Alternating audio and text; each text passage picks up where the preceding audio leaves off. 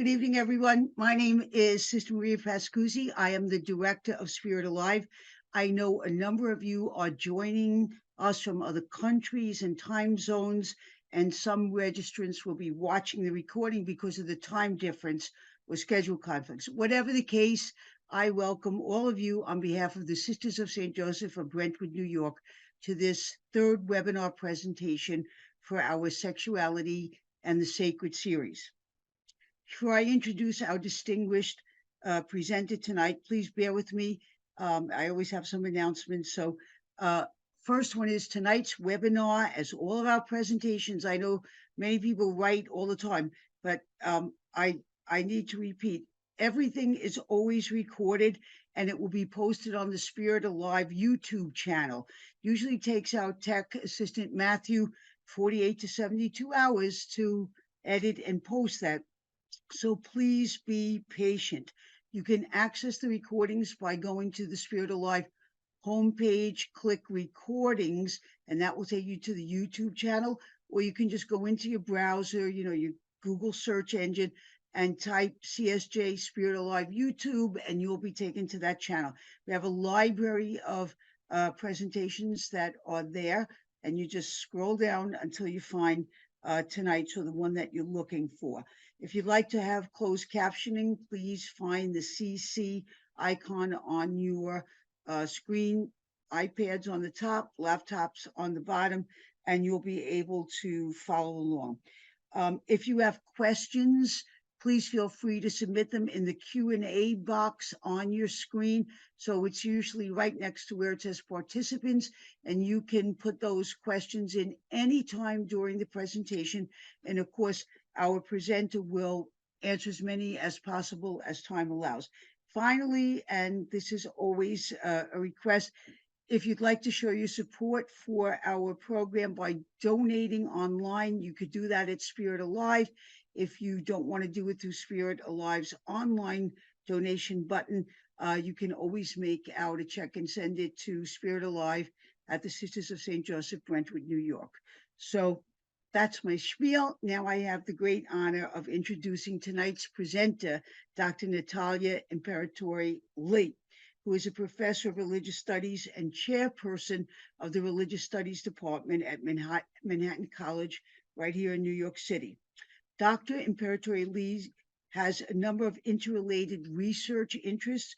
Her focus on Catholic ecclesiology, in particular the intersection of ecclesial identity with feminist and Latinx Catholic thought, is furthered in a most recent book published by Orbis Press entitled Cuéntame, Narrative and the Ecclesial Present, which explores how narrative shapes ecclesiology or the study of the church. She's also interested in the relationship between Catholic theology and sexuality, the intersection of Mariology and ecclesiology, intercultural theology, gender studies, the relationship of women, the poor, and other marginalized groups to the church, to its structure, and of course to its governance structure. Dr. Imperatori Lee has treated these topics in numerous lectures and publications in a variety of scholarly journals. She is a member of and has served on the governing boards of the Catholic Theology Society of America and the Academy of Catholic Hispanic Theologians of the United States. She's also a member of the American Academy of Religion and has served on the board of Future Church. Natalia was the first person I invited to present one of the webinars in this series on sexuality and the sacred, and she was quick to respond enthusiastically. We had a fun, lively, and interesting conversation, and I am certain the same will be the case tonight as she looks at the link between sex and shame and its effects, and then helps us with the question, how is sex sacred? So please join me in welcoming Dr. Natalia Imperatori Lee. Natalia, it's all yours. Thank you so much, Sister Maria. I'm so grateful to Sister Pascuzzi and everyone at Spirit Alive for this kind invitation. I remember Sister Maria came up to me at a Commonweal dinner last year, and she was so enthusiastic, and I was completely intimidated. But I was also so moved that she said a group of students, or I'm sorry, a group of sisters, of women religious, had been clamoring for a series on sexuality and the intersection of sexuality and the sacred. And it just sort of reaffirmed my admiration for women religious and how, y'all never stop amazing me with your boldness and your courage, that intellectual curiosity, that embrace of the future. I have been so blessed to be formed by so many women religious in my life, including the IHM sisters who ran my high school, the Sisters of St. Joseph, and your community, who were formative in my college career, and my dissertation director, who was a Dominican sister. So, I mean, I've just been midwifed into this vocation by women religious, and I'm so, so, so grateful for that blessing. So the original title for tonight's lecture was, Why is Sex Sacred and Not Dirty? Many of my remarks tonight are based on a course that I teach at Manhattan College here in the Bronx, where I am right now. I'm actually at home, but Manhattan is very close by. The course is called Sexuality and the Sacred. It was originally developed by Judith Plaskow, the Jewish feminist theologian who taught at Manhattan her whole career. And when she retired, it lay dormant for a little while until I resurrected it after I got tenure, which is really important. And I brought it back basically because it was right in the 2010s when so many instances of rape on campus had come to the fore and were in the news. And I thought that this was like a real epidemic, and it was a shame that nobody was talking about it. There was no space for students to talk about their experiences with sexual assault. And there was no sort of place for them to have a voice and sort of organize activism around this sort of crisis. And so over the years, the course has morphed a little bit, and now it focuses primarily on Roman Catholic sources, Roman Catholic dilemmas, including but not limited to the sex abuse scandal, the issues with the LGBTQ community, divorce, contraception, and lots of things like that. Many of the themes that I'm highlighting in today's session are entire class days in the Bronx. So bear with me, and please feel free, as I'm talking even, to put questions in the Q&A. I will happily sort through them at the end, or I might even stop and answer them as we go, whatever is easier. I'm going to go ahead and share my screen because I'm very proud of the PowerPoint that I put together today. So here it is. In order to understand how sex is sacred, I think we first have to ask, why don't we think it's sacred, right? Why do we think it's not? What historical and theological factors have led us to believe that sex is dirty and shameful, that our private lives should be hidden and secret because they're in some way not godly? To do this, I want to employ a theological method that I learned from one of my greatest teachers, Dr. Elizabeth Johnson, a sister of St. Joseph. The three-part method of feminist theology I learned from her goes like this. We deconstruct a problematic symbol, image, or doctrine. We search the tradition for alternatives. And then we reconstruct the problematic symbol, image, or doctrine in a way that promotes the full human flourishing of all persons. The problematic issue that we're deconstructing tonight is the shamefulness of sex, or the discomfort we feel around sex. So we should start then with deconstruction. As we explore why we think of sex as dirty or shameful, we must consider that there are religious and secular forces at play. I've outlined some of them here in this slide. So we've got religious factors on the left and secular factors on the right. On the religious side, we have a complex legacy that we have inherited, beginning with Augustine, whose own shame and regret about his young life has us all kind of in the lurch. We have Christianity's marriage to Greek philosophy, particularly the dualistic and hierarchically dualistic understandings of reality and the relationship between spirit and matter, divine and human, that these understandings entail. We have the canon of saints, which is problematic, profoundly constructed as it is by men and for men, and with few women in its number, some of whom are sainted for their purity or their virginity. And lastly, as a theological legacy, we have what I think is the most dangerous, which is silence and secrecy. The silence of the church in the face of people's real lives, a silence that breeds ignorance and shame. And we will, this is an iterative presentation. In other words, we will come back and unpack each of these as the lecture goes on. But it's not just religion that has turned sex into something shameful, especially for women. The secular world contributes plenty to our notions of sex as dirty or wrong.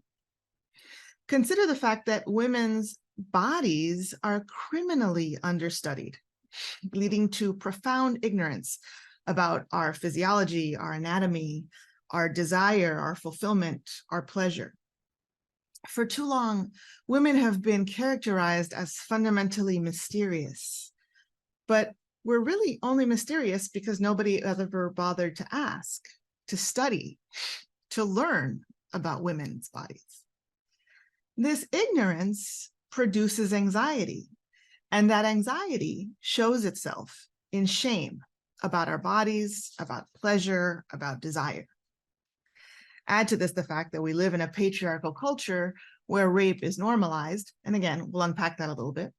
And you have a recipe for intense fear and shame, and yes, a view of sex as fundamentally wrong in some way. So let's start with everybody's favorite in sexuality studies, Augustine. I feel like this image particularly captures his attitude toward the human body. Doesn't he look very angry? He's such a mad man. We know Augustine's story of his profligate youth, about which he felt almost obsessive guilt after his conversion.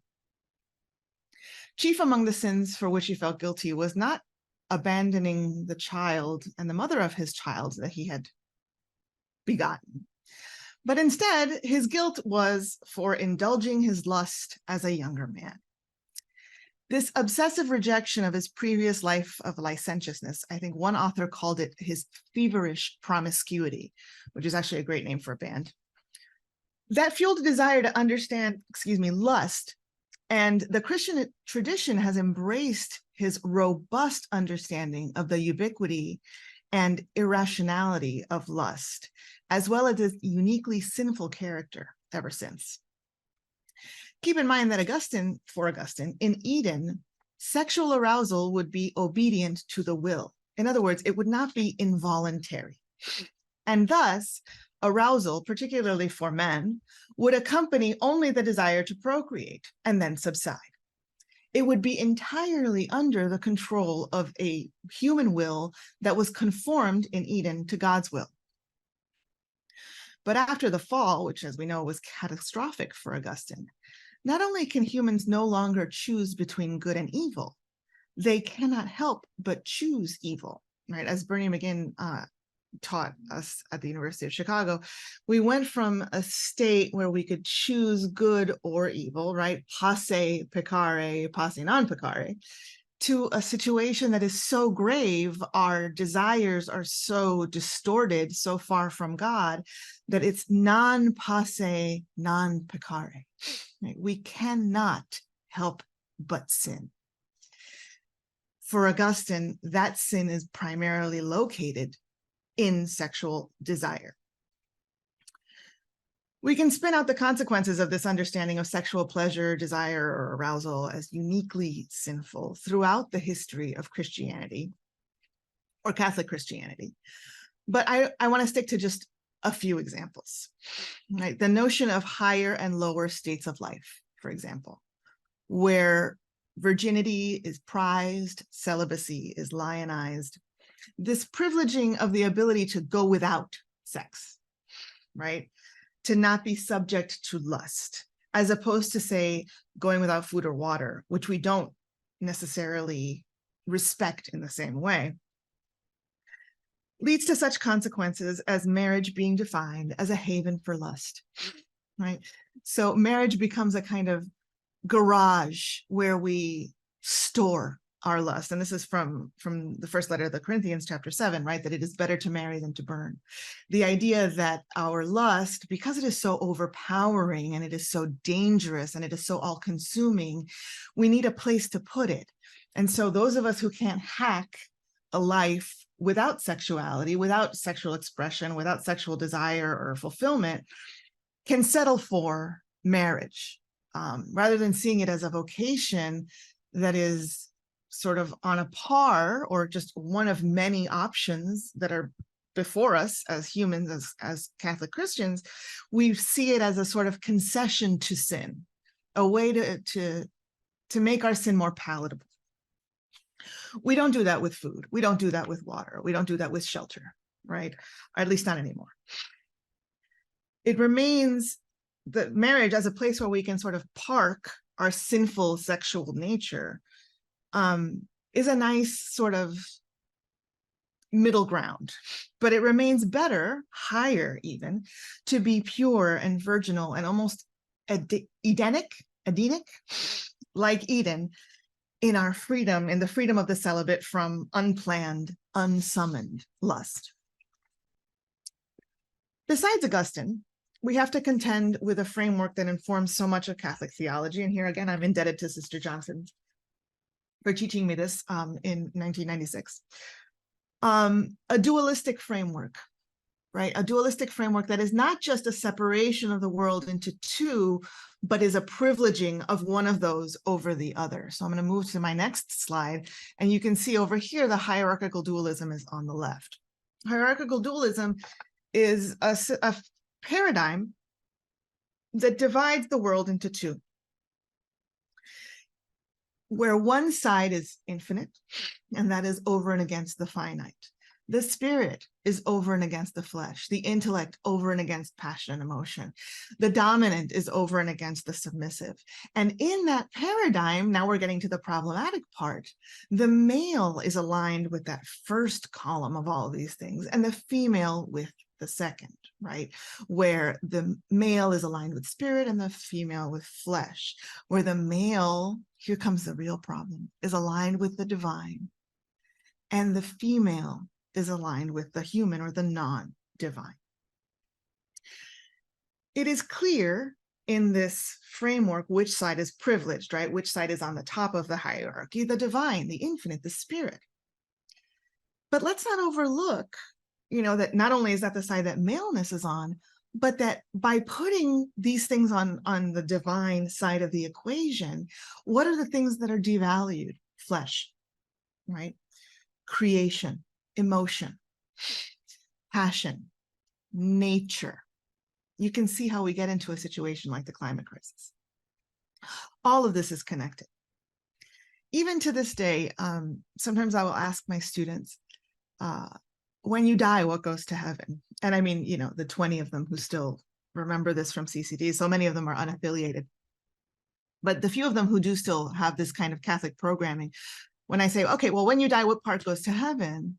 They'll say your soul, almost reflexively, right? Even if they recognize that you say, I believe in the resurrection of the body in the creed, they still believe that their soul is what goes to heaven. Needless to say, this is deeply problematic. This hierarchical dualism reaches a climax in the complementarian theology that rose to prominence in the pontificate of John Paul II. Although I don't want us to think that complementarity is only religious, right? We get plenty of messages about complementarity from, for instance, rom-coms, right? If you watch a romantic comedy movie, you can see, you complete me, or opposites attract, or anything like that. We're constantly getting messages about the complementarity of the sexes. And complementarian theology has become the church's almost official gender paradigm. In this paradigm, which is rooted in an Aristotelian understanding of sexual intercourse, where the man is the active force and the woman is the passive force, right? So think of the notion of sperm or the man's contribution to reproduction as seed, and the woman's contribution to reproduction as a fertile field, right? These are all images that were drawn from agriculture because, again, no one could see what was going on in the woman's body, but it was very obvious what the male contribution was.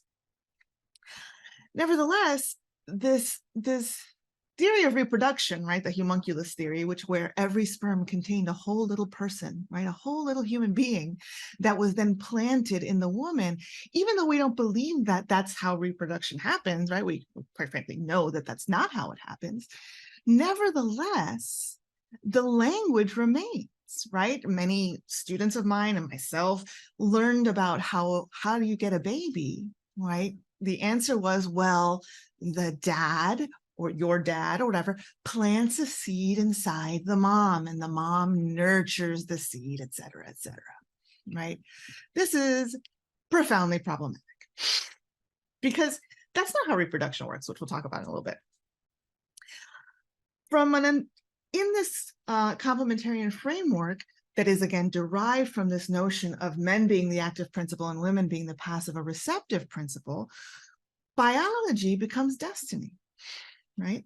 From an understanding of how sex happens, which, again, we now understand to be wrong, namely that the man is the active principle and the initiator, flow a series of consequences that go way beyond the biological into the domestic, the public, the social sphere, the academic sphere, the workplace, all kinds of other spheres of life, such that men's activity or initiatory nature becomes characteristic of their sort of psychological makeup, their innate qualities, their intellect, and women's receptivity or nurturing nature, inability to initiate or be the active principle, becomes characteristic of their roles in society. There can be, according to this paradigm, no overlap between men's and women's roles, right? Like a puzzle piece. They have to fit together, but they cannot overlap. Women have a special nature. You recall the letter from John Paul II, right? Mulieris Dignitatem, a whole apostolic letter on women's special nature. And women's special nature, which is different from men, is focused on nurturing, on responding to men's initiative. Men are the world builders, the idea havers, the sex initiators, the life givers, the demigods, when you think about it. And women are the acted upon, the supporting roles, the givers, almost the giving trees, the answers. Most clearly, women are defined as not men. So for all the talk of women's special nature, and I'm sure you know, there's never been an encyclical on men's nature, presumably because it's obvious, there is no self-definition allowed to women, no aspirations or desires or pleasures outside of service. They are always already persons in relation, always, for John Paul, mothers, spiritually or physically. Chief among the mothers, of course, we have Mary, the model for women. And here we're getting to kind of the problematic models in the Christian tradition. Mary, a virgin and a mother at once, her elevation as someone for women to emulate guarantees failure for all women, for whom virgin motherhood is impossible. This brings us to the problem of all of the models for women that we have in the church, right? And a later problem of Marianismo that I'll get to. The Canon of Saints contains over 10,000 names, and less than 500 of these are women.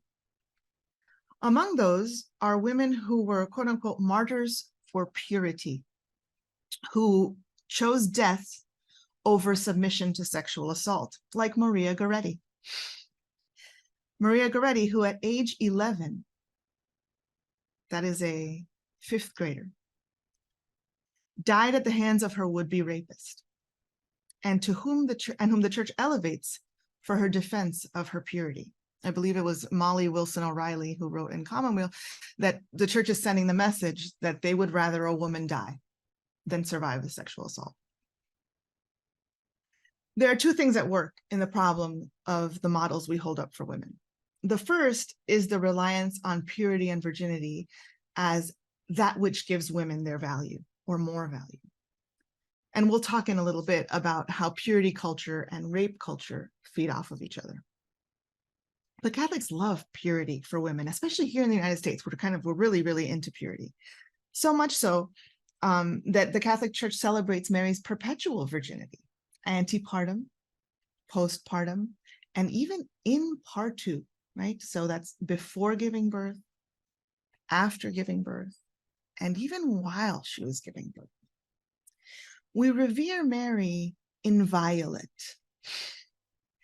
And think of the framing of that word and its implications for our understanding of sex. If Mary as a virgin is inviolate, unviolated, what is that telling us about what sex is? How is sex anything other than a violation?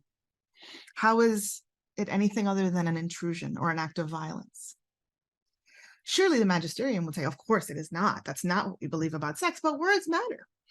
And celebrating martyrs for purity, calling sexual purity a state of being inviolate, celebrating Mary's intact virginity even through childbirth, which, by the way, I've done twice, and can assure you is not pure or pretty or quiet. All of these things shape how we think about sex and sexuality. I'd also like to say a word here, as in my role as a Latina theologian, about the Latin American phenomenon of Marianismo. It's on the slide that's up on the screen right now. Marianismo is a phenomenon that was identified by the sociologist Evelyn Stevens in an article in 1978. And she called it the sort of companion, or the feminine face is what she called it, of machismo. In the cult of Marianismo, or the paradigm of Marianismo, women are spiritually superior, right? Marianismo relies on women to be the point persons for the moral, emotional, and spiritual labor of the entire family. Because, ironically, men are viewed as unable to express emotions without jeopardizing their masculinity, and unable to control their lust, or unwilling to control their lust, again, at the risk of jeopardizing their masculinity, it falls to women to, like Mary, suffer all on behalf of their families. Good womanhood in this framework expects premarital purity, this is Stevens, premarital purity and postmarital frigidity.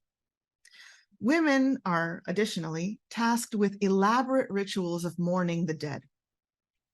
There's a certain number of years that you have to mourn, there's certain clothes you have to wear, there's certain expectations for your behavior, such that by the age of 35, most women have spent at least several years in mourning, which meant no expressions of joy, right? No smiling outside the house, no public outings really, no music in the home, no parties, no dressing in anything but colors of mourning. And by the age of 45, because of the death of her spouse or her parent, most women were inevitably by that age condemned to live the rest of their lives in mourning. The clear message of Marianismo, then, is that a good woman is a woman who is always sad in public. Central to the success of this paradigm, though, is the kind of underbelly of it, which is that it only applies to virtuous women, i.e. wives. Who is not expected to mourn? Mistresses. Mistresses are excused from all rituals of mourning. So if a good woman is a sad woman, then a bad woman is a happy woman. Marianismo is about converting all women of virtue into a Mater Dolorosa, right? Every one of us, a Pietà. So that's just a sketch of some of the religious factors that contribute to our sexual shame. I want to go into now some of the secular contributions. So there are also non-religious reasons why we find sex shameful. And to illustrate this, I'm going to tell you a story that I learned about at work. A friend of mine at an unnamed institution wore a necklace one day to work. She works as a professor. She ran into a senior administrator who was male. He complimented her on her necklace. He said, "Wow, that is a really beautiful," and he kind of leaned in and was like, "butterfly." he said. This is what it looks like. Do you know what this is? Put the answer in the Q&A if you do. I'll wait. I'll give you like a few seconds. I'll have a drink of water. Does anybody know what the picture is up on their screen?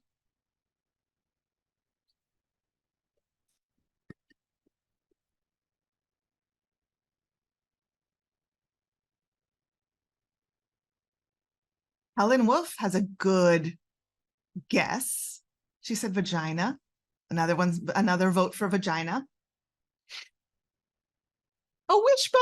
I love it, Arlene. It does look like a wishbone, doesn't it? What we have on this slide is an anatomical model of the clitoris, the organ that produces sexual pleasure in women. Shocking, right? Only recently has this been, like, obviously we've known that a clitoris exists, but it has only recently been mapped out. Why? Why? Even a field as non-religious as science and medicine has such a profound male-centric or androcentric bias that it was never deemed important to study something as presumably insignificant as the clitoris. After all, women's pleasure is unnecessary for procreation, and women's sexual dysfunction was uninteresting to the men who made up the vast majority of the medical field. The first comprehensive study of the anatomy of the clitoris was undertaken in 1998. That is the year that I graduated from college. I am not that old.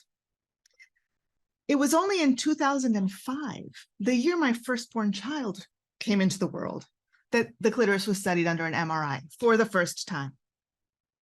Prior to this, the clitoris was believed to be a vestigial analog of the penis. Smaller, less important, less sensitive. So apparently in medicine, as for Thomas Aquinas, women were just defective males. Of course, this is nobody's individual fault, right? Not even that of the senior administrator who confused it for a butterfly. Where would he have learned otherwise? Women's bodies are criminally understudied. Because we menstruate, or many of us menstruate, I should say, and therefore the hormonal fluctuations of women's bodies were obvious to men, we were viewed as unreliable for scientific testing. And so drugs and other treatments are still primarily tested on men. While this is slowly changing, the level of ignorance of women's bodies, which society has been content to chalk up to mysteriousness or elusiveness, is staggering. The lacunae regarding women's bodies, I think, is probably the size of the Great Lakes. A second feature of secular society that contributes to sexual shame is rape culture.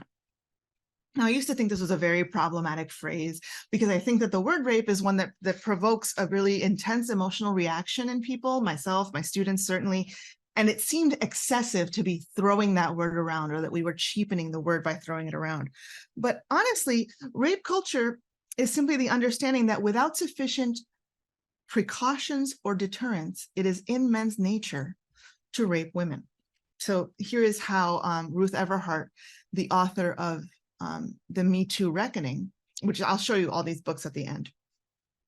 This is the simplest indicator of rape culture, that given the opportunity, it is considered normal for men to rape women.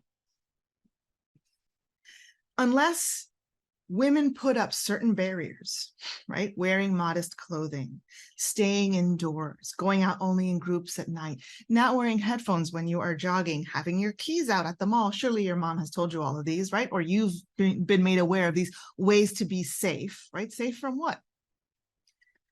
Making sure your drinks are not tampered with. Unless all of these things, all of these precautions are taken, then women are putting themselves in a position where the inevitable is going to happen. And what is that inevitable? What is that normal? The idea that they will be sexually assaulted, right? Sexual assault is one of the only crimes for which the onus is primarily on the victim to prevent it. We never hear someone say, I can't believe you were out driving on New Year's Eve when you know so many people drive drunk, if they get hit by a drunk driver. Or, What were you doing out on the street near a bar if people get hit by a drunk driver, right? Because we understand drunk driving to be primarily the responsibility of the person who is drinking and driving. But sexual assault, we do not view that way, right? It is always a series of questions about how the victim put themselves in this situation. So the way I explain it with the undergrads is like the bumpers on a bowling alley, right? Unless you put the bumpers up, nobody can be held responsible for what is to happen, because inevitably the world tilts toward men assaulting women. That is a culture of normalizing rape, right? It's a culture of understanding that men are somehow under responsible or less than accountable for their actions. The synergy that exists between this normalization of rape and a culture of purity that prizes purity and virginity is staggering. It's kind of a perfect storm of sexual shame. Why is that? Well, in purity cultures, or cultures that value purity, and this is true in evangelical Christianity and also true in Roman Catholicism, virginity is a woman's most prized possession. It is that which makes her the quote unquote most valuable, right? At the same time, virginity is something that can be taken from a woman by force in sexual assault, right? If she does not put in all of the appropriate precautions. So what does that do to women's agency, to our self-awareness or our awareness of desire, right? Everhart points out that purity culture and rape culture sort of feed off of each other, and they have the string that kind of ties them together is this notion of consent, right? Because in both of these cultures, women's bodies are available to men, regardless of their consent, right? And this is especially true when we look at Catholic notions of sexual ethics, right? Prior to marriage, consent is impossible, because if to consent is already to sin. And after marriage, consent is unnecessary because it is part of the marital debt. So you see where young women in our culture, or young women who are raised in purity culture, are not raised to identify their own sexual desire or their own understanding of sexual arousal.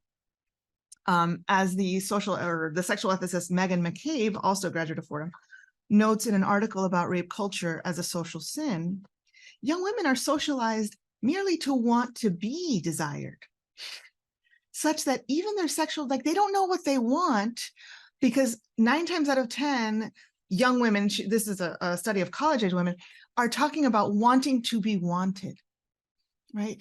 So again, there's no sense of self there outside of a self that is desired, outside of an object. If even young women's sexual arousal is dependent upon wanting to be wanted, how will they ever develop a sense of what it is that they want? The Catechism of the Catholic Church still classifies rape as a sin against charity, not a sin against human dignity. And therefore, it's closer to a problem of lust for the church than it is a problem of power, as women and other rape activists have recognized. Moreover, as I hope Todd Salzman talked about in his lecture, the sexual ethics of Roman Catholicism are not so much sexual ethics as marital ethics, because the only kind of licit sex, the only kind of sex that is allowed, is heterosexual, open to life, and within marriage. That leaves us silent on a lot of the sex that is going on in the world. Young people are delaying marriage and increasingly cohabitating. I think the average age of marriage for women in the US is 27. Think about how old you were if you're a married person, or your parents were, or your grandparents were when they got married. Right now it's 27, and in New York City, it is 31. Those are not 31-year-old virgins walking down the aisle, right?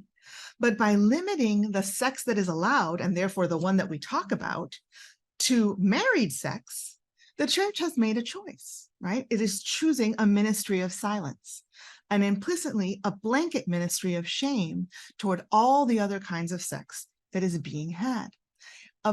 An arena where we could be a voice that is talking about riskier and less risky choices, better and worse choices, more and less abusive choices. We're silent.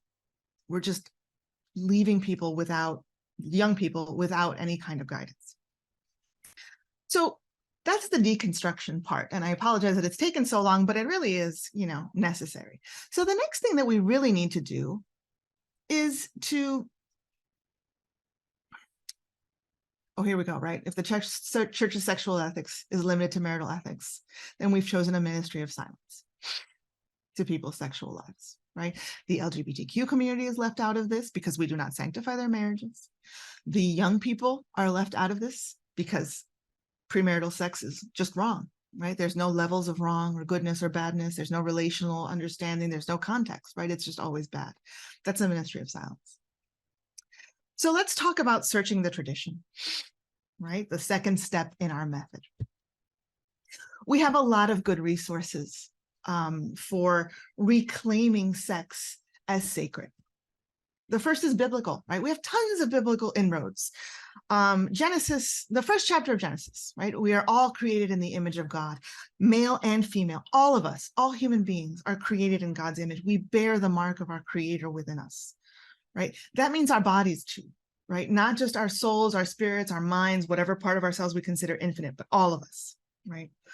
We profess as Catholics the resurrection of the body, right? We believe that more than our souls will exist in paradise. We have assurance of this in Jesus's bodily resurrection, right? That St. Thomas could touch. So there is bodiliness in God's presence, right? Creation, including our bodies, is sacred, and therefore it will all be transformed in the end. And materiality is not something that we're going to transcend or that we should want to transcend, right? That's a sort of a vestige of this idea that the material or that our bodies are these kind of gross sin traps. And that's not the case, right? Our bodies are a window into the holy. That says so in the Bible. Speaking of it says so in the Bible, look at the Song of Songs, right? It is erotic poetry in the Bible, breasts, thighs, kisses, physical loving. We don't need to pretend that it is something that it is not. It is about sex. It is about sexual love, about infatuation, about the giddiness of sexual satisfaction, the pain of physical longing. What is that doing in the canon of Scripture? Why is it there if not to sing to us about the beauty of embodied love? Right? We don't need to meditate it away into something that is only ever about God, right? But rather we can look at it as a way that Scripture tells us that God is present in physical intimacy.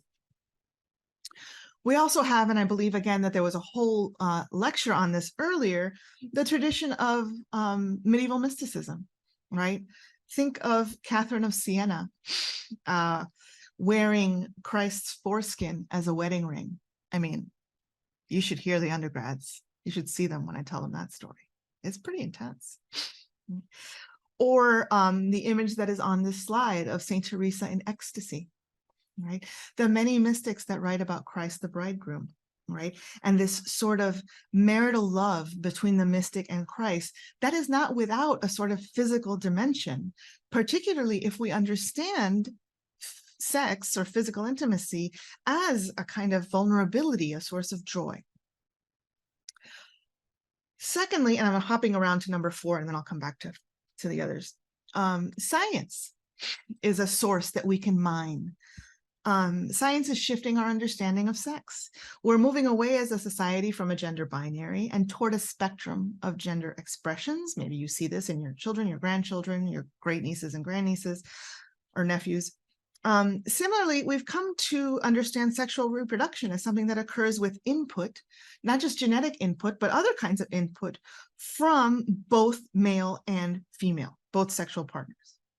Rather than the ovum resting peacefully, and I don't know if I'm the only one who ever saw this cartoon, but I remember some sort of a sex ed cartoon where the egg with like long lashes was pictured as just kind of sitting around, you know, primping her hair, doing something like this, waiting for the sperm to swim up and fertilize her, right? It was very Sleeping Beauty or Rapunzel, right? All of those kinds of images where the egg was basically doing nothing and the sperm was doing everything. You can hear echoes of Aristotle here. However, rather than that paradigm, there's evidence that ova, like eggs, emit chemical signals that draw the sperm in, inviting fertilization and therefore participating in procreation. So not only are women contributing genetic material, but they're there's chemical reactions that are contributing to fertilization. Our understanding of how sexual activity operates in nature, right, as social bonding among animals of same or opposite sexes, has to influence our understanding of natural law, right? As we understand nature more deeply, we can reflect more deeply on what natural law means. As our understanding of nature shifts, so must our reflection on what that means for us as creatures. We have magisterial sources that we can also search for alternatives. Right here, I'm thinking of Francis, especially Francis in Amoris Laetitia, right? And I'll quote him here. The church, he says, often finds it hard to make room for the conscience of the faithful, who very often respond as they can to the gospel amid their limitations and are capable of carrying out their own discernment in complex situations. The church has been called to form consciences, not replace them. As long as we are silent on the existence of sex outside of marriage, we have no guidance. We cannot form those consciences. It is important for Francis, and I think for all of us, right? It's certainly a principle of Lasallian education, to meet people where they are, to recognize that people are doing their best, to form the conscience that is going to enliven their ethical worlds for the rest of their lives. Another vital source that I think we should mine are feminist thinkers. Here particularly, I'm thinking of someone like Audre Lorde. Audre Lorde's essay, The Uses of the Erotic, I'll quote her here at length, and I apologize for that, but it's not too long. She says, "The erotic functions for me in several ways, and the first is in providing the power which comes from sharing deeply in any pursuit with another person. The sharing of joy, whether physical, emotional, psychic, or intellectual, forms a bridge between the sharers, which can be the basis for understanding much of what is not shared between them and lessens the threat of difference. Another important way in which the erotic connection functions is the open and fearless underlining of my capacity for joy, in the way my body stretches to music and opens into response, hearkening to its deepest rhythms. So every level upon which I sense also opens to the erotically satisfying experience, whether it is dancing, building a bookcase, writing a poem, examining an idea." By limiting our notions of the erotic to the pornographic, as Lorde understands it, we are curtailing our capacity to see how eros is fulfilling. It's a kind of love that gives us life, that is generative, that is fulfilling for all of us. And so she's arguing for this more capacious understanding of the erotic that includes all kinds of things, right? The joy that we find in community, in friendship, in collaborative work, what some thinkers now call flow. Right? All of that for Lorde is the erotic. And I think that we can mine that idea of eros as a kind of community building matrix of love and joy as a place to move forward. So we have before us a deconstruction. We have a list here of our potential sort of alternatives from the tradition. Now we have to think about how sex is sacred. So I have 1, 2, 3, 4 ways that I can identify, but I'm hoping that we can even think of some more together in the Q&A. How is sex sacred? First, sex is sacred because our bodies are graced. Our bodies are graced creation in all their complexity, including our hunger, our ambition, our desires. Right? Our desire is not sinful, right? And you'll notice this in analogs with other sins, right? Hunger is not a sin. Gluttony is the sin, right? Sexual desire is not the sin. Lust is the sin, right? It's excess that is the sin, not the innate desire, right? So sex is sacred because our bodies are sacred in all of their complexity, right? Their materiality, their emotionality, their psychology, all of it. Sex is also sacred because it is human, it is relational, and it is generative. Generativity is a category that I think is due for a reevaluation. We're learning from our siblings in the LGBTQ community that generativity goes beyond procreation, right? It includes generating love and community. It includes generating joy, generating a desire to embrace life, generating creativity, forgiveness, goodwill. All of these kinds of generativity stem from a marital relationship, right? Implicitly, the church already recognizes this, right? We marry old people all the time. Old people, postmenopausal women, are married in the church. So we recognize that the generativity of sexual activity is more than just procreational generativity, but we need to say that a little bit louder, right? We know that sex is more, there's more to sex than fertility, right? That unitive function that is mentioned in Humanae Vitae, but we're unwilling as a church, maybe as an institutional church, to really elaborate on how that generativity functions. So sex is sacred because it is generative in many different ways. Sex is also sacred because knowledge about our bodies, right, our relationality, leads to empowerment and agency, right? The formation of conscience can't happen without adequate information. So there's an article by these two sex educators, Karen Ross, who's a moral theologian, and Mark Levand. And they've pointed out a framework for holistic Catholic sexual education. They ask in this article, is it a moral good for children and young adults to have sex ed? And they conclude that it is. Students who don't have holistic, age-appropriate sex education engage in far more risky behavior, right? This is the abstinence-only generation. Far more risky behavior than those who do have age-appropriate sex education. And here I feel like it's important to say a word about what I mean by that, because I think that there's a lot of scary things that we see about what sex ed looks like, particularly in younger grades. And the example that I use with my students that they all remember from their preschool days, and I remember from my children's preschool, is we teach very young children when they start going to school, so age 3 and 4 mostly, that everyone has a bubble, that you're all in a bubble and you cannot come into my bubble, right? We have to have personal space. My personal bubble, you can't come into it unless I allow you, right? None of this is about sex acts. None of that is about sort of anything lewd or anything like that. But that is the beginning, right? That is age-appropriate sex education for 3, 4, 5, 6-year-olds, right? The notion that I have personal space and I have to give you consent to enter into my personal space. I think when a lot of people or parents hear age-appropriate sex education, they think that we're going to be talking about the kind of mechanics of sex to very young children. And number one, having tried that, they're not interested.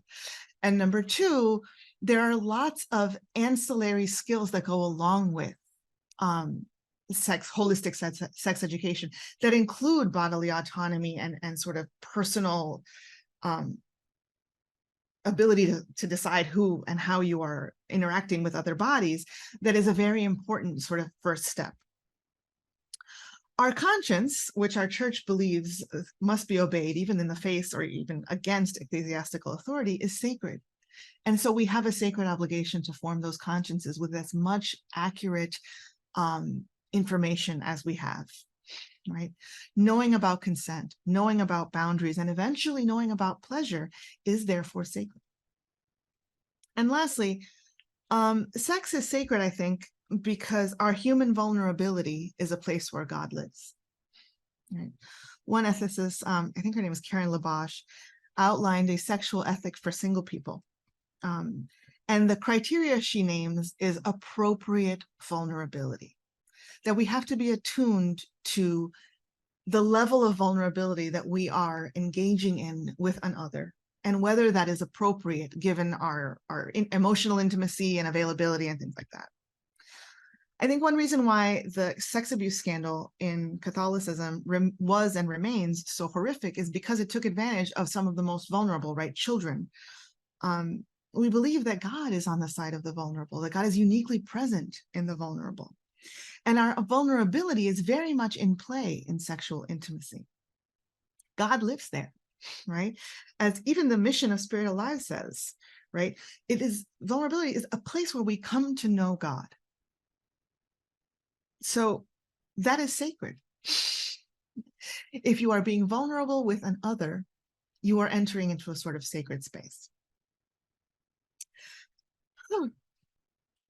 At the end of the day, here's my hope, right? My sincere wish is that those of us here who are women feel empowered to do three things. First, to challenge a culture that justifies and encourages rape, that we embrace a capacious understanding of erotic power, that we explore what we mean by desire. My second wish is that the church end its silence on the sexuality of unmarried people, whether that's LGBTQ or straight people or any of the variety of sexualities that I learn about from my students seemingly on a daily basis. Our silence on this allows abuse to flourish. It leaves young people floundering for guidance and turning where they shouldn't. Lastly, my wish is for educators to embrace our vocation as sources of empowerment and flourishing for those in our care, including Audre Lorde's call that we reimagine the erotic as a source of power and joy in all aspects of our lives. Thank you. Let's keep this conversation going in the Q&A. So you can start putting your questions in there. I have two of the books that I'm drawing on in this presentation up on the screen right now, and I'm actually going to show you another one. I brought books from the office home to show you. Karen Peterson Iyer just published a book, Re-envisioning Sexual Ethics from a Feminist Perspective, and it's truly fantastic. I strongly recommend it. I use it in class, and it goes over the kids' head a little bit, but I do think that, especially for adult groups, it's quite good. So I'm going to go through here and take a look at some of the questions. I'll read the first one. Do you ever see a change in the church and Jerusalem and other institutional, geographical, non-living things being referred to as female? Yes. Oh gosh, it is such a pernicious imagery. And I've said at conferences with scary priests that we just need to kind of let the nuptial metaphor die. That metaphors live and die. This is something I also learned from Beth Johnson. Everything has a lifespan, and the nuptial metaphor has reached the end of its lifespan. The best thinker that I have on this is Susan Ross in Extravagant Affection, in the 10th chapter of Extravagant Affections, her book. She talks about how the nuptial metaphor is broken, how it's good in that it sort of speaks of this kind of intimacy between Christ and the church, but our understanding of marriage in the 21st century is a relationship of equals. And the understanding that is, or the meaning that is meant to be conveyed in the nuptial metaphor is not a relationship of equals. So actually, this whole idea of the church as the bride and Christ as the bridegroom is dependent upon a notion of marriage that most people no longer hold, which is men as the head of a marriage and women as the object, or the submissive person, the submissive partner in a marriage. And that's not really the way that young people, or most, I don't, envision marriage. And so inadvertently, the church is sort of, by sticking with this metaphor, it is doing the opposite of what it intends, and creating a sort of equality between brides and grooms, and equality between Christ and the church that it does not teach. We don't teach that there's a hypostatic union with the church, but there is a hypostatic union in Christ. So it is really problematic. I hope we can move beyond it. I don't know. People seem really attached to that one biblical metaphor for the church, more so than they are to the people of God or anything like that, even though the people of God was the preferred ecclesial metaphor in the Second Vatican Council. And yeah, the idea of the church as a she, I think, is really pernicious, as you say. It reinforces, it reinscribes our idea of the feminine as less than, as reactive, as submissive to the more active male. Right? Mary Daly said it best: if God is male, then the male is God. Has there ever been a conversation about eliminating the references to female saints as virgins. I don't know the answer to that. I don't know if there's ever been a conversation about that. I would love it if saints like Maria Goretti were reimagined. I think that, like, well, none of the male saints have virgin on their names, and I think that that says a lot about what's going on in the way that we understand how women can be holy. Interestingly, and this is something that came up, my husband, who's also a theologian, works on Oscar Romero and other Salvadoran martyrs. And women can, oh, I better hurry up. Women can image Christ, or are said to be in the image of Christ, Imago Christi, at the baptism, at our baptism, and if we're martyred. But something happens in between there, where only our virginity can make us holy, and that's pretty profoundly problematic. Oh, goody, we have more questions. Is not human desire or participation in the Trinity, which is a relationship? Yes, I think you're absolutely right about that. I think that the sort of the communal aspect or the relational aspect of the economic Trinity, which I admit is not something that I think too much about because I am very apophatic on that front. But I do think that that kind of the desire, the mutuality, the vulnerability, the sharing of life, the generativity, all of that echoes our understanding of the Trinity, insofar as we can understand what is going on in the Trinitarian relationship. We need to speak louder. Yeah, I taught human sexuality since 1988. Yeah, I do know a lot of these sources, the Kinsey Institute, the Guttmacher Institute, but I do incorporate non-Catholic sources into my my work, because I think, again, I think there are other people who are doing really important work in sexual ethics, and the audience that I am in conversation with is college students, and they don't have guidance. We'll do an exercise every year in this class. I do an exercise, like write a 10 commandments of good sex. Like, they cannot imagine that God wants them to have sex at all. So effective has been our negative messaging on sexuality. So effective has been our shaming that the idea that it's almost like their parents knowing that they're having sex or something. Like, so many of them are more comfortable with their parents knowing than thinking about God in that context. Like, God doesn't want me to have sex, right? God always finds sex dirty or sinful, and they cannot. The most that they can come up with in terms of rules for ensuring quote unquote good sex is consent. It's always a legalistic framework, which is really a low, it's a minimum bar, not any kind of aspirational bar. They all can say consent. Some of them can get to enthusiastic consent, but they cannot talk about generativity. They cannot talk about vulnerability.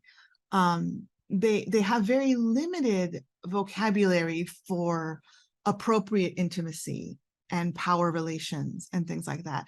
All things that, again, if we had a robust conversation going about sort of a hierarchy of, I hate using even the word hierarchy, but a sort of a range, a spectrum of sexual decisions, a way to form consciences about sexual activity, particularly as marriage is delayed. And as more people choose the single life, we could do a lot to help young people who are kind of rudderless, many of whom had their introductions of sexuality on the internet. And honestly, that's the last place you want your children or grandchildren to learn about sex. You really want it to be in some sort of contextualized conversation. And that's not something that the web can provide. Yeah, I agree with you, Peggy. I think that some guilt is good. I think that we have guilt, right? There is a Christian thinker that said, that guilt is the beginning of the formation of our conscience, right? Before babies don't have guilt. my babies didn't. But once guilt kicks in, it's because we know that we're capable of hurting someone else, right? And people do take advantage of others in our world. And that's why we need to have really robust conversations about all of the ways in which justice is involved in sex, right? So anthropological justice, where we have to be true to our situation as created in the image of God. We also have to think about moral justice, which is we have to kind of give people enough information that they can genuinely make good moral choices, right? That we can genuinely inform their consciences. And there's also an aspect of social justice involved in physical intimacy, right? Where we can talk about power relationships. And this is where, the Me Too movement sort of comes to the fore, or the Church Too movement, where we can talk about what is the nature of consent when there's a power differential. Why do we say, for instance, that children are not capable of consent? There are reasons for that, right? There are power relationships that we have to take into account when we talk about physical intimacy, because people take advantage, right? Because we have failed to educate on the role of power and how power affects our sexual relationships, how we've cast sexuality always as a power over relationship, and very rarely as a power sharing relationship.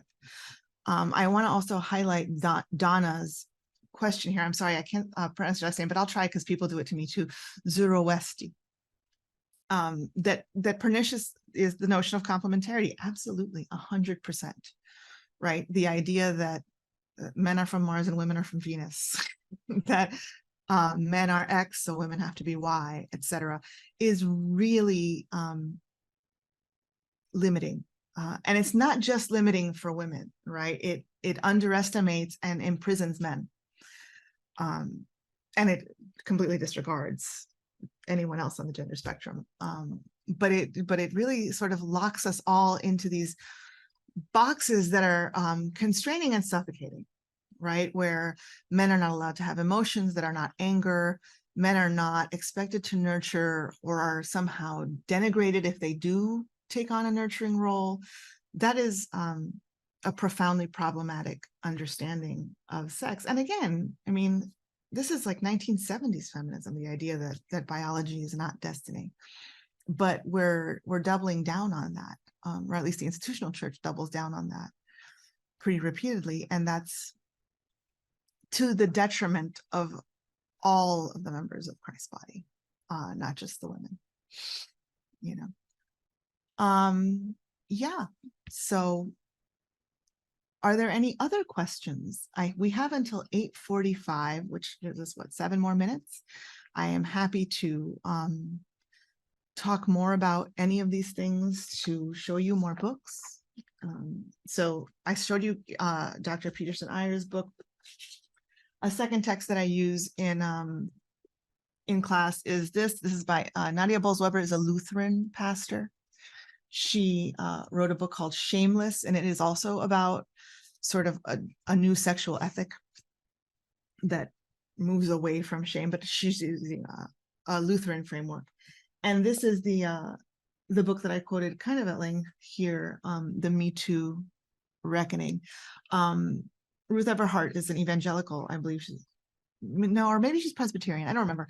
But she uses a lot of biblical evidence, the story of Tamar, the story of Bathsheba, to illustrate the way that so much of our messaging about sex and sexuality is really problematic. Particularly powerful in this text is the treatment of Bathsheba, right? And how Bathsheba is her sin is to be beautiful, right? And the lesson that women are taught about Bathsheba is that your beauty is a liability, but also you should always strive to be beautiful. And that is, it's very powerful the way that she talks about it. There is one more question about the findings of science about the adverse use of contraceptives. I confess that I'm not exactly sure what that is. I do know that some early contraceptive pills raised the chances of heart attack and stroke, particularly when they were combined with nicotine use or smoking. But hormonal contraceptives have evolved quite a bit. There are many different sort of choices that are available in terms of hormonal contraceptives, but there are also all kinds of different family planning options, including a sort of fertility awareness that I do teach in class, mostly because I find that many of our students will eventually, the women students will eventually end up spending money on a book like Taking Charge of Your Fertility, which is basically just fertility awareness. So, yeah.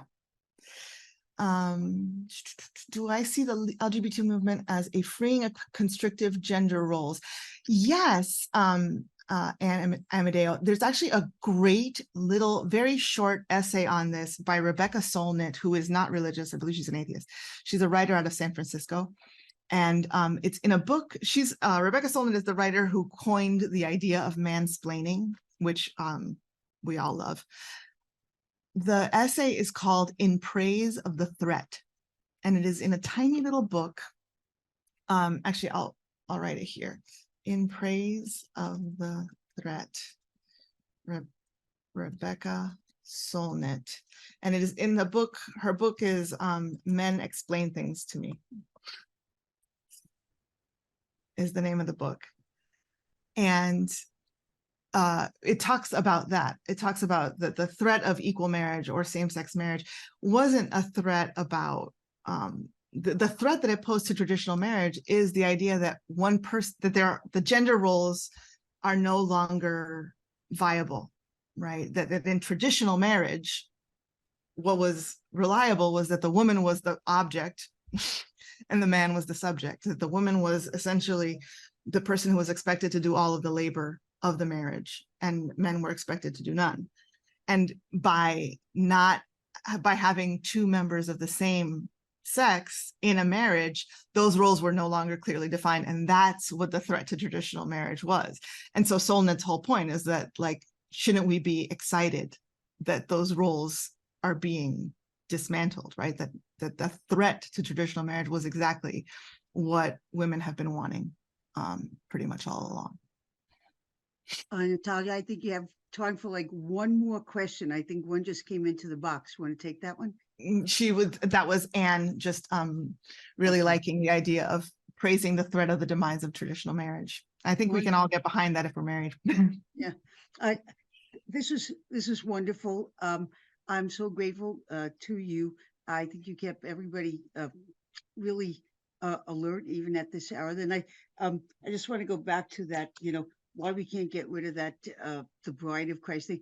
Well, you think of St. Paul, 2 Corinthians 11, his whole job was to present the church as the spotless bride to Christ, the spouse. So, it's in scripture. So we kind of have that fundamentalism and those images that even if metaphors die, as Beth said, scripture is kind of written stone. I know. So it's true, but we have so many other ecclesial images in scripture that we could also be drawing on, but boy, we like that one. Yeah, speaking of liking that, so everybody who's here tonight, something that Natalia brought up tonight, certainly about how the church arrived at this, stuck on this binary notion, and how we got there in terms of gender ideology. That's going to be the discussion that's going to take place on November 8th, I believe, when Christy Trainer, who's the Cardinal Avery Dulles Professor of Theology at Fordham University, is going to come on, and she's going to be joined by a Dominican priest who is a moral theologian and had been the head of Catholic Gospels of the United States of America.